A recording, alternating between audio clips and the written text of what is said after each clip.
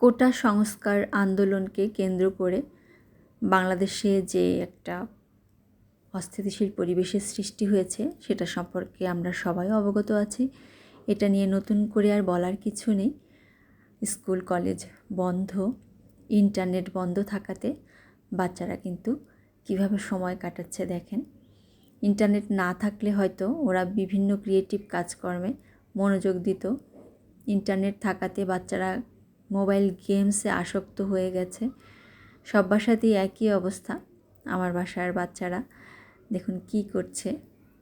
আমাদের ছোটোবেলাতে ইন্টারনেট ছিল না, আমরা কিন্তু এভাবে দাবা খেলে বিভিন্ন কালচারাল সাইডে সময় কাটাতাম, গান শিখতে যেতাম, দাবা খেলতাম, বাইরে একটু ঘুরতাম, আর খুব অল্প একটু সময় টিভি দেখার জন্য থাকতো। টিভি দেখতাম আর বাকিটা সময় পড়াশোনা করতাম। আর এই বাচ্চাগুলো সারা দিন মোবাইল নিয়ে থাকে। নেট না থাকাতে দেখুন টিভির রিমোট হাতে নিয়েছে, কতক্ষণ আর রিমোট টেপা যায়। রিমোট টিপতে টিপতে বিরক্ত হয়ে একটু গল্পের বই পড়ছে। গল্পের বই পড়তে পড়তেও বোরিং হয়ে যাচ্ছে তখন সেটাকে রেখে দিয়ে ঘুমিয়ে পড়ছে, সোফাতেই ঘুমিয়ে যাচ্ছে।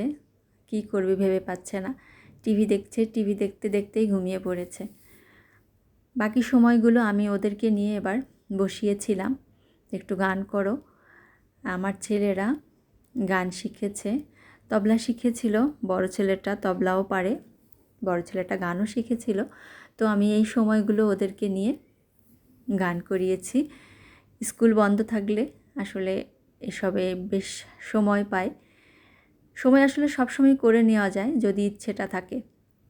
ওদের ইচ্ছেটাই নেই, ওরা বেশিরভাগই মোবাইল গেমস নিয়ে ব্যস্ত থাকে, আর নাহলে টিভিতে কার্টুন এটা সেটা ইউটিউব দেখে সময় নষ্ট করে।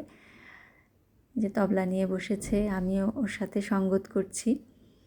এমন পরিবেশটাই কিন্তু আমার কাছে ভালো লাগে, এমনই হওয়া উচিত ছিল সবার পরিবারে। আমরা যদি বাচ্চাদেরকে এভাবে ব্যস্ত করে রাখি তাহলে ওরা আজে বাজে কাজে সময় নষ্ট করবে না বা বাচ্চা কাচ্চা বিপথে যাওয়ার সুযোগ কম থাকে। সেজন্য আমাদের গার্ডিয়ানদেরকে কিন্তু অনেক বেশি সচেতন হতে হবে, যেন বাচ্চারা মোবাইল ধরুক, মোবাইল দেখুক অল্প কিছু সময়, বাকিটা সময় যেন ওরা ক্রিয়েটিভ কিছু করে, পড়াশোনা করবে, আর পাশাপাশি ক্রিয়েটিভ কিছুতে ওদেরকে যুক্ত করে দিতে হবে, যেন আজে বাজে চিন্তা মাথায় না আসে।